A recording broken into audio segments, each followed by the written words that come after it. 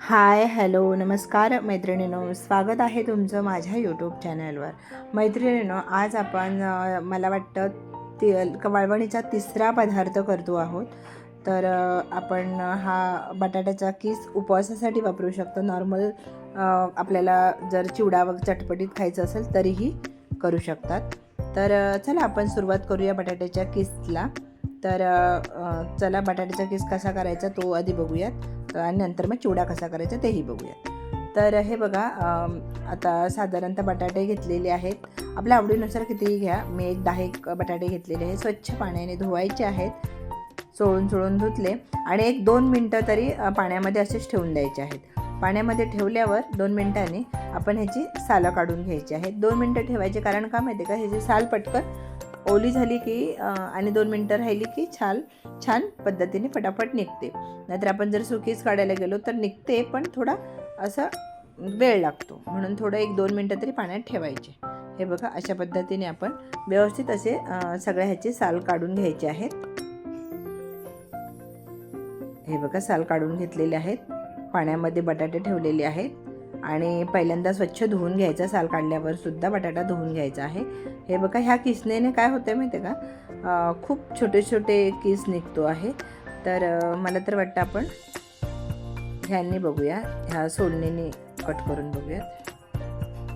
ह्याने छान येते असे लांबडे पण. हे बघा, अशा पद्धतीने. आणि थोडेसे ब्रॉड पण येते, कारण सुकून खूप पातळ होते. मग तेलात टाकलं ना तर ते करपून जातं, म्हणून थोडंसं जाडच असलेलं बरं. तर चला, आपण किस करून घेतलेला आहे सगळा. आता पाणी एका भांड्यामध्ये उकळायला ठेवलेलं आहे. पाणीही उकळलेलं आहे. त्यामध्ये नमक टाकायचं आहे. नमक आपल्या चवडीनुसार कमी जास्त आवडीनुसार टाकू शकता. तर चला, आता त्यामध्ये हा स्वच्छ किस 2 पाण्याने धुतलेला आहे तो याच्यामध्ये टाकून घेऊयात. छान पाणी उकळलेलं आहे, याच्यामध्ये टाकायचं आहे. आता व्यवस्थित असं थोडंसं मोकळं करून टाकायचं आहे. आता पाणी तर ऑलरेडी पहिलं उकळलेलं आहे. आता हा किस ठेवून फक्त 2 ते 3 मिनटं आपण जरा असं गरम करून घ्यायचं आहे. म्हणजे छान जरा 1-2 मिनटं पाण्यामध्ये उकळवायचं. खाली गॅस चालू आहे, 2 मिनटं गॅस चालू ठेवायचा आहे. मोठाच गॅस ठेवायचा आहे. जवळपास थोडीशी उकळी नाजूक आलेली आहे. आता या स्टेजला आपण गॅस बंद करायचा आहे. आता हा बघा, हा किस छान काढून घ्यायचा आहे. एक मोठं भांडं घेतलेलं आहे, त्यामध्ये हे जाळीचं भांडं घ्यायचं आहे आणि पाणी असं वर हे करून निथळून ह्याच्यामध्ये टाकायचं आहे. पाणी जरी याच्यामधून खाली पडलं तरी खाली मोठं भांडं आहे, त्यामुळे काही हरकत नाही, पाणी थोडं आलं तरी. आता हे बघा, हा किस सगळा काढून घ्यायचा आहे या भांड्यावर. आता हे बघा, आपण काढून घेतलेलं आहे भांड्यावर आणि थोडा गार होऊन द्यायचा आहे. डायरेक्टली प्लॅस्टिकच्या सीटवर टाकायचं नाही, म्हणून थोडं गार होऊन द्यायचं आहे.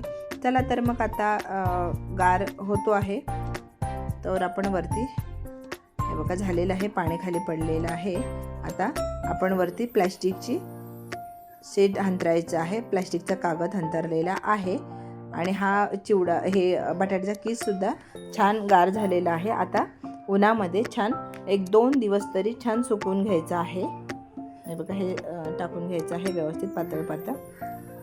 आणि चला तर मैत्रिणींनो, माझे जर व्हिडिओ आवडत असेल तर लाईक करा, शेअर करा. चॅनलवर नवीन असाल तर चॅनलला सबस्क्राईब करा. आता हे बघा, असं छान मोकळं करून व्यवस्थित सुकवून घ्यायचं आहे, वाळवून घ्यायचं आहे. हे बघा, 2 उन्हामध्ये आपण वाळवायचं आहे. लगेचच उन्हाने वाळत नाही. 2 उन्हाने वाळवलं की छान टिकायला पण छान असतं. हे बघा, 2 उन्हाने वाळवायचं, कारण ते मग जास्त दिवस झाले की त्याला आळी वगैरे लागत नाही, म्हणून छान कडकडीत 2 उन्हामध्ये वाळवून घ्यायचं आहे. हे बघा, आता मी 2 उन्हामध्ये वाळवून घेतलेलं आहे, छान सुकलेला आहे. हे बघा, अशा पद्धतीने हे व्यवस्थित सुकलेलं आहे. हे बघा, अशा ह्या काड्या झालेल्या आहेत. हे बघा, तुम्हाला दाखवते. हे बघा, अशा पद्धतीने हे झालेलं आहे. आता आपण काय करायचं, एक कढई गरम करायला ठेवायची आहे. त्यामध्ये तेल ओतायचं आहे. तेलही छान गरम होऊन द्यायचं आहे. आणि आता आपण हे छान तळून घ्यायचं आहे, हा बटाट्याचा किस. ह्याच्यानंतर ह्या किसपासून आपण कसा चिवडा करायचा तेही बघणार आहोत. आता हे बघा, छान तळून घेतलेलं आहे. आता व्यवस्थित असं तळून घेतलेलं आहे. आता काय करायचं, एका भांड्यामध्ये तळून घेतलेलं आहे. हे बघा असं आहे. असा सुद्धा खायला खूप छान लागतो. पण आपण जरा चिवडा करून बघूयात. आता याच्यामध्ये कढीपत्ता टाकायचा आहे. कढीपत्तासुद्धा व्यवस्थित असा छान तळून घ्यायचा आहे. हे बघा कढीपत्ता तळून पण सुद्धा ह्याच्यावरच काढून घ्यायचा आहे. आता आपण ह्याच्यातच शेंगदाणे तळून घ्यायचे आहे आणि शेंगदाणे बारीक गॅसवर 1-2 मिनटं छान परतून घ्यायचं आहे, तळून घ्यायचं आहे. कारण शेंगदाणा आतपर्यंत शिजला पाहिजे. आतमध्ये शिजला व्यवस्थित आतमध्ये पर्यंत शिजला की शेंगदाण्याची एक चव व्यवस्थित येते आणि अर्धवट शिजला की शेंगदाण्याची असं कच्चं बनण्यासारखी टेस्ट येते. तर हे बघा शेंगदाणे छान भाजलेले आहेत. त्याची तोंड उकळेपर्यंत छान भाजलेले आहेत. आता आपण काय करायचं, थोडेसे खोबऱ्याचे तुकडे घ्यायचे. तुम्हाला जर ड्रायफ्रूट्स ह्याच्या जागी टाकायचे असेल तरीही टाकू शकता. मी फक्त आता हेच खोबऱ्याचे काप करून टाकलेले आहेत. तेही छान मस्तपैकी आतपर्यंत चेकून घेतलेले आहेत. बारीक गॅसवर 2 मिनटं ठेवले की छान आतपर्यंत शेकून जातात आहे. ते पण आता ह्या चुड्यावरच काढून घ्यायचं आहे.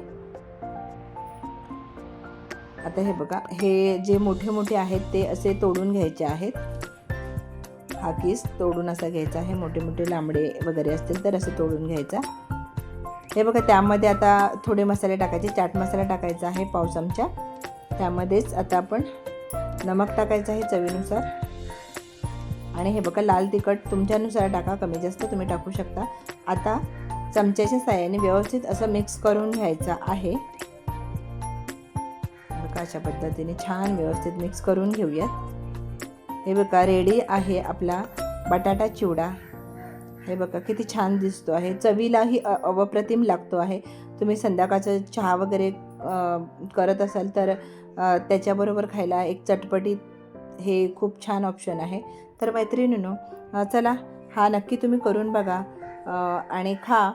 तर चला वेळात वेळ काढून माझा व्हिडिओ पाहिल्याबद्दल मनापासून धन्यवाद. उद्या भेटू आपण दुपारी ठीक 3 वाजता. तोवर बाय.